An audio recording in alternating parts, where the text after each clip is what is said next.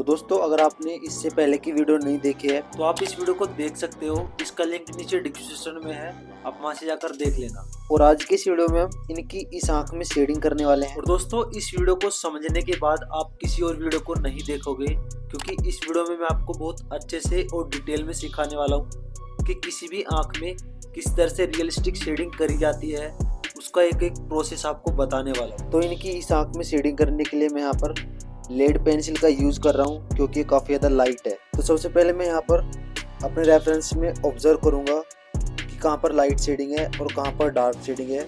इस तरह से ऑब्जर्व करने के बाद अब आपको अपने रेफरेंस के अकॉर्डिंग लाइट और डार्क शेडिंग कर लेनी है। और ये शेडिंग आपको लाइट प्रेशर्स के साथ करनी है।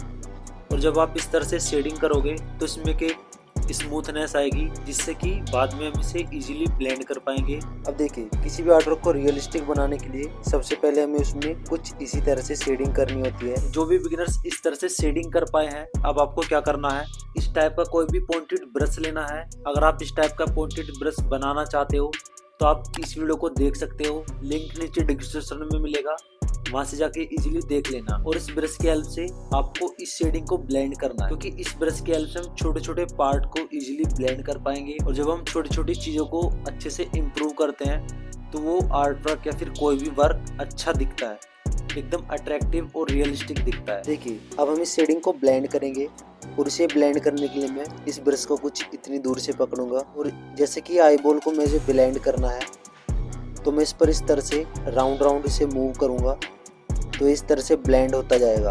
और आपको इसमें हार्ड प्रेशर्स का यूज़ नहीं करना है, आपको बहुत ही लाइट हैंड के साथ और लाइट प्रेशर्स के साथ इसे ब्लेंड करना है, जिस तरह से मैं कर रहा हूँ सेम इसी तरह से। और ये कुछ इस तरह से ब्लेंड होता जाएगा जैसा आप स्क्रीन पर देख रहे हो। अब मैं सेम इसी तरह से लाइट प्रेशर्स के साथ इस ओवरऑल शेडिंग को ब्लेंड कर लूँगा।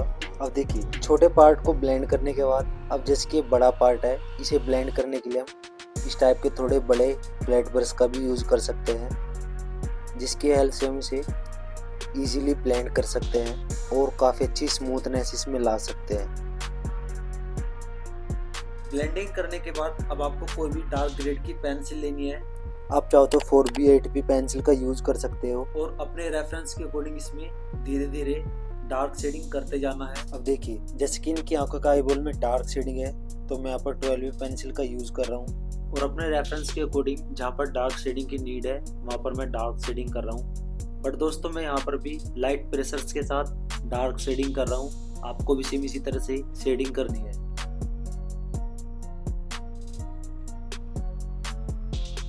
इस तरह से शेडिंग करने के बाद अब आपको दोबारा से पॉइंटेड ब्रश की हेल्प से इस शेडिंग को स्टेप बाय स्टेप ब्लेंड कर लेना है।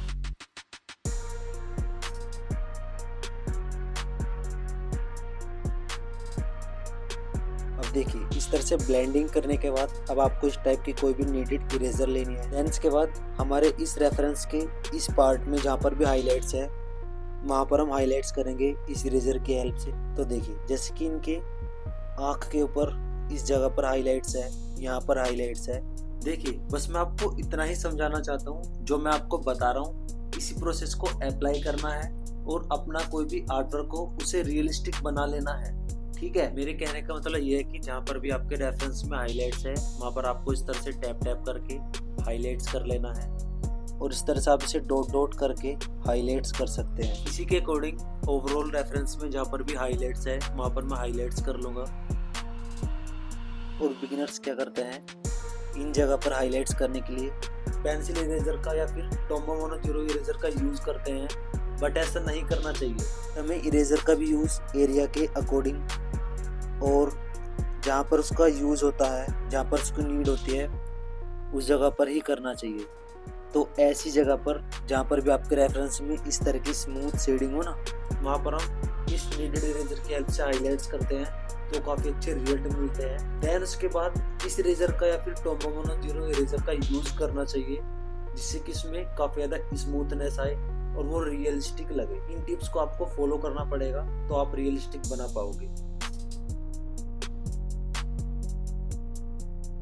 इस तरह से हाईलाइट्स करने के बाद अब मैं अपने रेफरेंस के अकॉर्डिंग इस लेड पेंसिल की हेल्प से इनकी आईब्रो बना रहा हूँ। और ये भी आपको अपने रेफरेंस के अकॉर्डिंग बना लेनी है हेयर्स की डायरेक्शन में। देन इसके बाद आपको इसी प्रोसेस को अप्लाई करते जाना है जब तक कि आपका आर्टवर्क रियलिस्टिक ना बने तब तक, और कम से कम 3 या 4 बार आपको इसे रिपीट करना है, तब आपका आर्टवर्क रियलिस्टिक बन पाएगा। तो दोस्तों ये वीडियो आपको कैसी लगी मुझे कमेंट बॉक्स में जरूर बताना, और चैनल पर नए तो चैनल सब्सक्राइब कर देना और नोटिफिकेशन बेल को दबा देना, जिससे कि आने वाले नोटिफिकेशन आपको टाइम टू टाइम मिलता रहे। और अगर आपने जीरो टू हीरो सीरीज नहीं देखी है तो आप उस सीरीज को देख सकते हो।